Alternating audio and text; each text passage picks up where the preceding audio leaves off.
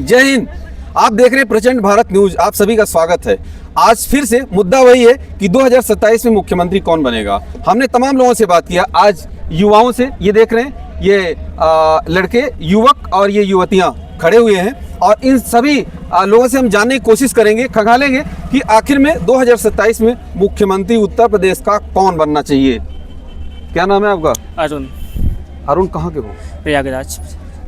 ये बताइए कि उत्तर प्रदेश का मुख्यमंत्री कौन होना चाहिए? मेरे हिसाब से तो आदित्यनाथ योगी होना चाहिए। क्यों होना चाहिए?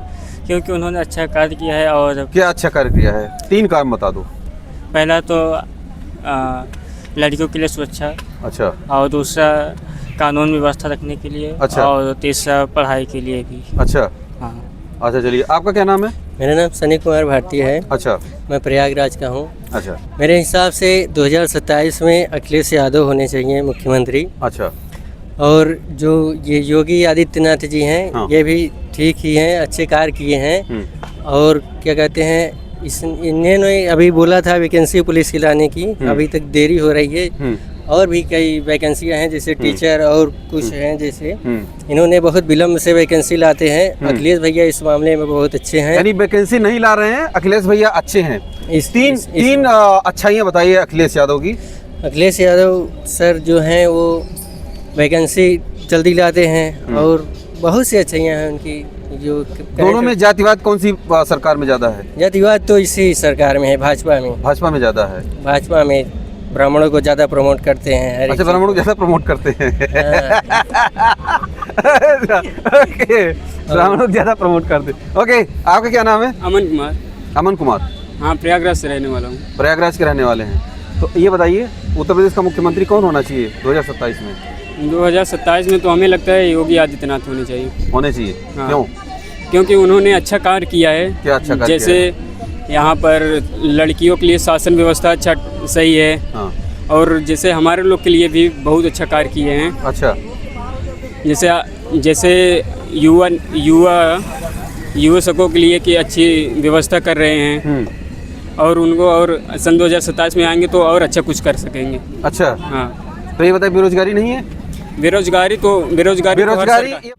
कि इस देश में बेरोजगारी को दूर कर सकती है, क्योंकि आप लोग युवा हैं और दिन पर दिन जो जनसंख्या बढ़ रही है, देख रहे हैं, ग्राउंड भरा हुआ है और दिन पर दिन जनसंख्या बढ़ता जा रहा है। चाहे सड़क चौड़ी हो जाए, चाहे आसमान में भी सड़क बन जाए, चाहे कितनी भी हवाई जहाज चल जाए, लेकिन जनसंख्या उसकी वैसी ही, परेशानी उसकी वैसे ही है ना?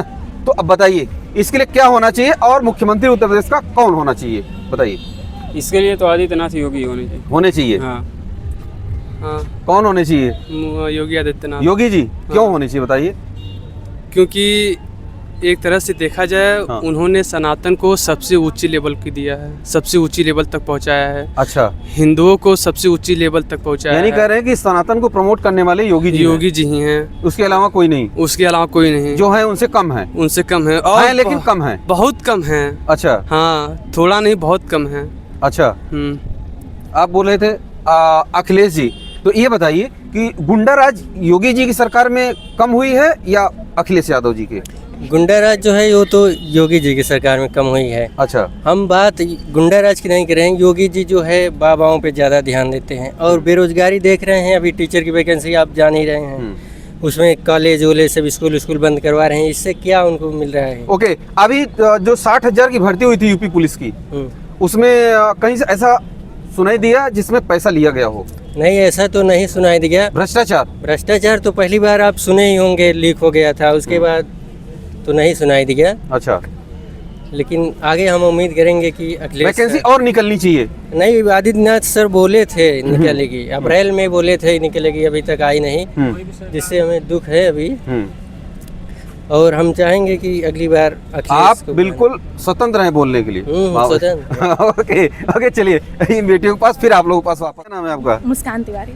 मुस्कान, कौन होना चाहिए मुख्यमंत्री उत्तर प्रदेश का? ऐसा कुछ नहीं है कि मतलब कोई भी होना चाहिए, बस हमें जिधर वैकेंसी ज्यादा मिलेगी हम उन्हें ही वोट देंगे। यानी हमारी सुविधा के लिए जो काम करेगा हम उसके लिए वोट करेंगे। सब अपना सेटिस्फेक्शन देखते हैं। हमें नहीं तो ऐसा ये बताओ, कौन सी क्लास में पढ़ाई करती हैं आप? मेरा अभी मैं लॉ कर रही हूँ और आर्मी का एग्जाम दी हूँ। अच्छा, तो नहीं किसको लगता है कि संभावनाएं उसी में दिखती हैं जो अच्छा काम करता है।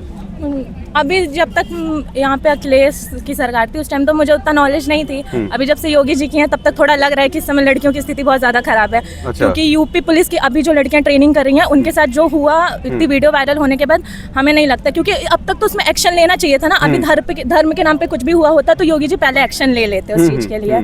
तो डेट्स वाई मुझे यही लगता है कि तो ये सब नहीं होना चाहिए। हाँ। ये बहुत बड़ा मुद्दा है कि जो अभी देखने में आया कि चाहे गोरखपुर हो जी, और चाहे और कई जगह जो देखने में मिला कि कैमरे लगाए गए थे वहाँ वॉशरूम में, और लड़कियों को ना खुले में मतलब बात कराते थे कि आपको खुले में करना चाहिए। उन्हें पीने के लिए पानी नहीं मिलता था और उन्हें सोने के लिए टेरेस पे सुलाते थे या बाहर सुलाते थे क्योंकि वहाँ पे लाइट्स नहीं रहती थी। यानी ट्रेनिंग सेंटर में व्यवस्था नहीं अगर है। आपने 60,000 वैकेंसी निकाली है तो आपको उनकी सुविधा भी तो देखनी चाहिए ना, कि जो लड़कियां ट्रेनिंग कर रही हैं उन्हें कहाँ से मिलेगी ये सब सुविधा।